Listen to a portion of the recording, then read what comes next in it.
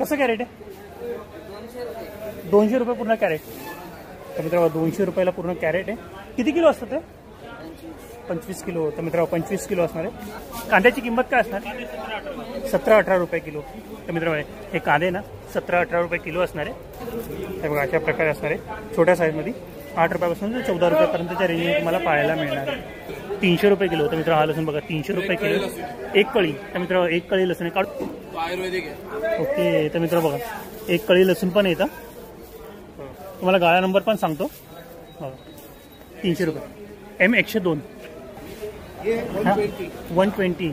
तर मित्रांनो 120ला आहे. तर मित्रांनो 60 पर kg आहे. दादा लसणाची किंमत काय असणार आहे? 100 रुपये किलो.